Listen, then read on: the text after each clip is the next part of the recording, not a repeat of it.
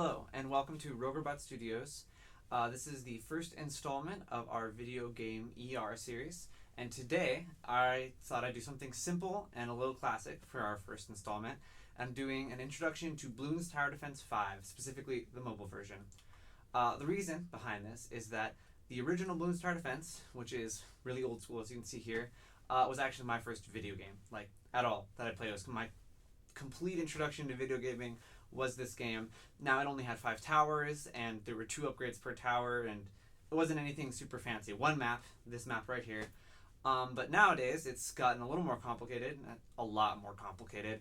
But that's also, I would say, more interesting. It took a lot of the strategic elements from the first game and made them more complex and more diverse, I would say. So today I'll be talking a little bit about the tangential learning applications. Specifically, that's what we're focused on here at Video Game ER. Let me get into it. The strategic elements, as I said on the PowerPoint.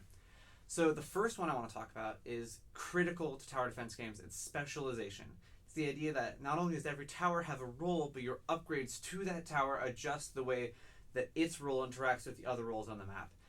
My example here is I got a little dart monkey, and I have the tier 3 upgrade on both sides. Once you pick a tier 3 upgrade, you cannot pick the other tier 3 upgrade. That's unlike tier 1 and tier 2 upgrades. So you've completely adjusted the role of that tower on the map and the way it relates to other towers, and that's very important in the new Bloons Tower Defense.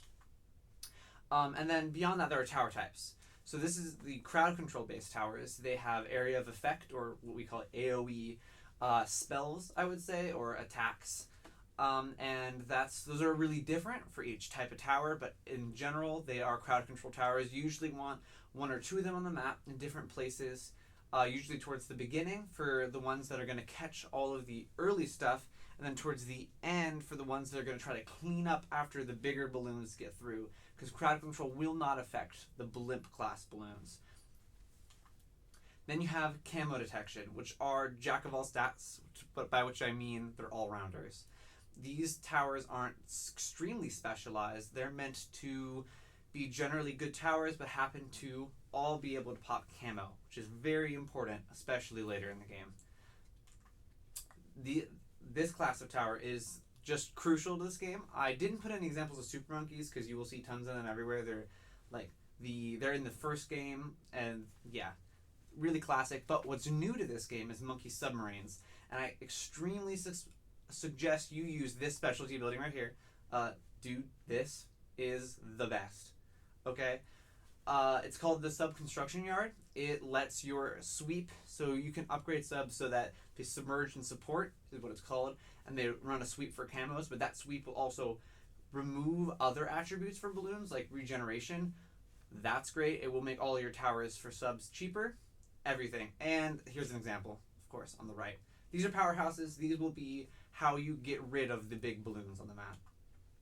Then you have utility, which utilities tend to create clusters on the map, specifically monkey villages and banana farms. You'll see monkey villages are usually next to super monkeys or powerhouses, like monkey subs on water maps. And you have banana farms, which tend to be clustered around a monkey farmer, which not everyone uses, but I do because I'm lazy and he collects bananas for me. They generate cash, and they're very important. Essentially, with utility towers, you're not investing in anything that actually pops balloons, which is the point of the game, but you're investing in infrastructure, which is something you need to balance. It's very important. Which gets on to my next point, diversity.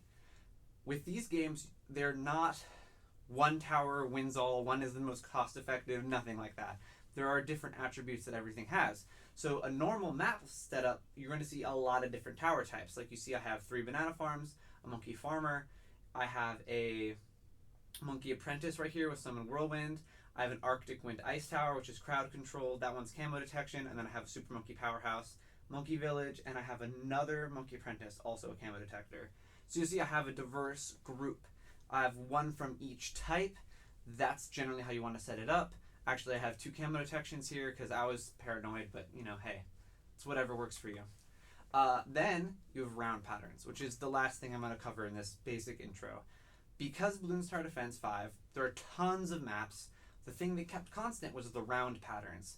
So memorizing which balloons come during which rounds is going to be crucial to creating strategies that work across different maps. Thankfully, there is the internet. We have a fandom wikia that's already literally laid out all of the stats for every round in this game. That's amazing. Use it. I have a link here and a link in the description. And that's it. That's the intro. Hopefully this sheds some light on the fact that video games have many aspects to them, and specifically that they have tangential learning applications, that playing video games is not a mindless activity unless you make it a mindless activity, that you can go out and you can really strategize and you can really apply yourself even in the realm of video games. Break free, go road.